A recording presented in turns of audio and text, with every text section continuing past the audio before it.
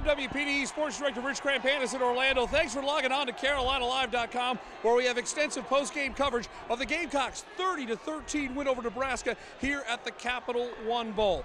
Well, this game will be remembered for a lot of reasons. The Hail Mary to Alshon Jeffrey to end the first half, and key plays by the defense. USC's defense, with Lorenzo Ward in his first game as defensive coordinator, pitches a shutout in the second half. We talked to the key figures in USC's win right here on the field after the game.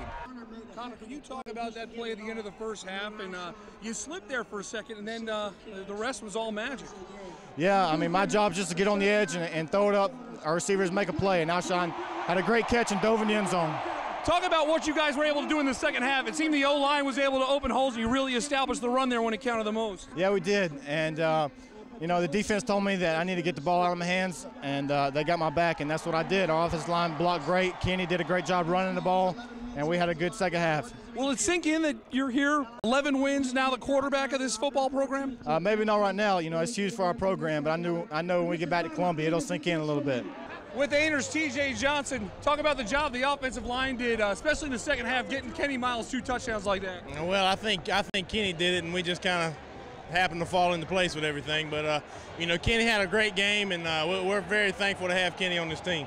Tell me a little bit about that last play at the first half. You had a great view of Alshon making that catch. Oh, my gosh, that was incredible. You know, I hate that things happen the way they did toward the end with Alshon, but I tell you what, he did definitely contribute. 11 wins. A lot of people are going to say this is the greatest Carolina team in history. You'd probably agree, right? I certainly hope people think that. I hope we can keep it. All right, TJ, congratulations. Enjoy a great offseason. All right, thank you. Ainer's TJ Johnson, the pride of Ainer, South Carolina, a big reason why the Gamecocks got a Capital One Bowl win here in Orlando.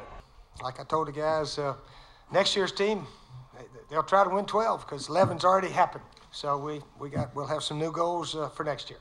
Connor had a super game, running, throwing, and so forth, and he's going to get better. He's going to get the ball out of his hand quicker, right, Connor? Okay. All right, questions? All right, once again, if you could wait for a microphone, and we'll open it up to Q&A now.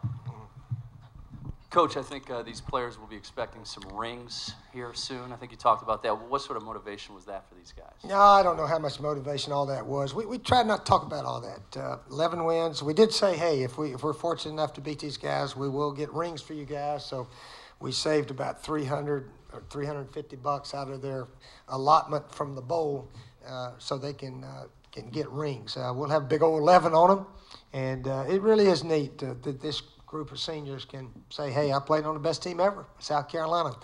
The record speaks for itself as the best team ever. Play before halftime, we practice all the time, but normally I tip it to someone. But I mean, I seen the chance. Coach Spurrier always tell me if I got a chance to catch it, and try to score. So that's what I did. But I mean, for the season, I mean, Coach Spurrier always write down at the beginning of the season in camp, he'll write down the goals we have to set. So I mean, he had goals set, try to win 11 wins and try to do things that we ain't never did for the first time. So that's what we try to do. But according to the replay, Alshon, you didn't slug at that guy, did you? No, sir. They said he just sort of gave him a push or something. Yeah, I was never swung at a guy since he's been here, and I told that referee, I said, that doesn't sound like him. I hope you tell that guy called it. He needs to be right, because that was, well, whatever. I might get in trouble. We'll have to wait and see the replay. Let's go see. Everybody get a chance to see the replay, I guess. With Stephon Gilmore, who made 2 critical plays in the first half. First, talk about that blocked extra point and taking it to the house. 2 big points. Yeah, it was a big play. My defensive line gave some great push on the line, and the ball fell in my hands, and it was history after that. You made that interception in the third, at the end of the first half. Did you ever think it was going to result in that Hail Mary? No, I didn't. Alshon made a great catch. I mean, that's what our team for. We just have each other's back and go from there. What did the defense do in the second half? You guys clamped down Nebraska completely. Yeah, Coach Ward just told us we just had to play physical. I mean, Burkhead was playing good. He was having a lot of carries, and we just had to play physical with him, and it was history after that. 11 wins. I mean, can you believe you're standing here? Probably the greatest team in Carolina history. Yeah, it's a great feeling. I mean, that's one reason I came here. I didn't want to go to another university and always win. So that's one reason I came here. And I think we pushing up. Great game. Thanks so much. That's Stephon Gilmore, one of the big reasons the Gamecocks got a 30-13 win over the Nebraska Cornhuskers.